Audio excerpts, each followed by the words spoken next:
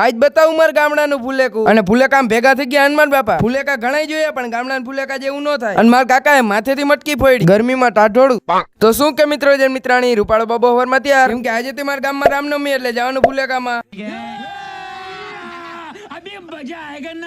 તો હવારમાં ગાય માતાના દર્શન કરી નીકળી ગયા ગામમાં જવા. કેમ હતા મજામાં ને? હા તો ત્યાં 50 રૂપિયાના બૂટ પહેર્યા હતા. આપણે તો જવાનું હાથ ઓનાની કિંમતી વસ્તુ લેવા ઘરે. હું હવારમાં થબલું ધોયા વગર ધોઈડા આવો અને ઘરે પૂગીને ઉપાડ્યા 7 લાખના બૂટ. मजाक कर रहे पुष्पा पुष्पा धंधे में मजाक नहीं करता। હા હાચુકમાં 700 ના બૂટ. તમને કેટલા ના લાગ્યા કોમેન્ટ કરી દેજો. અને આપણે પૂગી ગયા હતા ફુલેકામાં. આપણો કાકો ને ભાઈ ને અંદર રમવા માંડ્યા હતા. હવે આપણે એક જ બાકી. ફુલેકામાં ડીજે બીજે નતું હતું પણ આજકાલ માણા બહુ હતું. અને જોવા અમારા ગામનું ફુલેકું ના અંતે અમારા ભાઈઓ જય વડવાળા ગ્રુપ પીઠળિયા અને હંતાઈ બાકી લાકડીયું લઈને આવી ગયા. જરા કોમેન્ટ કરી દેજો આ કી ગેંગ નો આવાજ. અરે આવાજ હોય તો ઘરનો.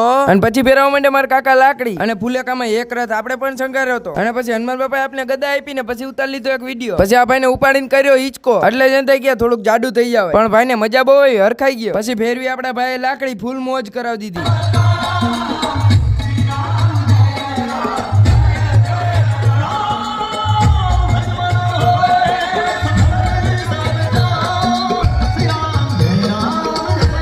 અને પછી થોડાક આગળ આવીને તો હોના ટોળામાં બાટા જટી રૂડું રૂપાળું બાબલુએ પણ આપણો પહેરવેશ પહેરી લીધો. પછી અમારા ગામના બાપા સીતારામના ગ્રુપે આખા ફુલેકાને ચીકુનું જ્યુસ દર વખતે પીવરાવે. અને હવે ધીમે ધીમે આવી ગયા મટુકી ભાઈ મટુકી ફોડવા. અને ધીમે ધીમે અંતે ચડી ગયા હતા ને હવે મટુકી ફોડવાની. એટલે જ કઈ ગામમાં રહીએ તો આવું જોવા મળે માથેથી મટુકી. તા તો આવી ગયું આપણા જય વડવાળા ગ્રુપનું કાઉન્ટર. એટલે આપણે રાખી ત્યાં લચ્છી અને પછી એકાદો ગ્લાસ આપણે પી લીધો. અને ફુલેકું પૂકી કીધું મંદિર પાસે અને લચ્છી પીરવાઈને કરી દીધા ટાટા. અને આપણા હાથ ઉપર આવી ગયું મટકીની અંદરનું દહીં. અને હવે ફોડવાની છે આ છેલ્લી મટકી. તો આ છેલ્લી મટકી ફોડી હતી આપણા ભાઈએ. અને હવે અંતે ફુલેકાનો શણગાર ઉતારવા માંડ્યા હતા. ધીમે ધીમે કરીને આખું ટ્રેક્ટર ખાલી કરી નાખ્યું. અને આ જોવા અમાર બાબલું પણ લક્ષ્મણજી બન્યું હતું. અને હવે વારો આવી ગયો હતું ધોવાનું. તો હવે મળીએ બીજા વ્લોગમાં. તાવથી જય દ્વારકાધીશ ને જય શ્રી રામ. હજુ સુધી મને ફોલોન સબસ્ક્રાઇબ ન કર્યો તો ફોલોન સબસ્ક્રાઇબ કરી દો.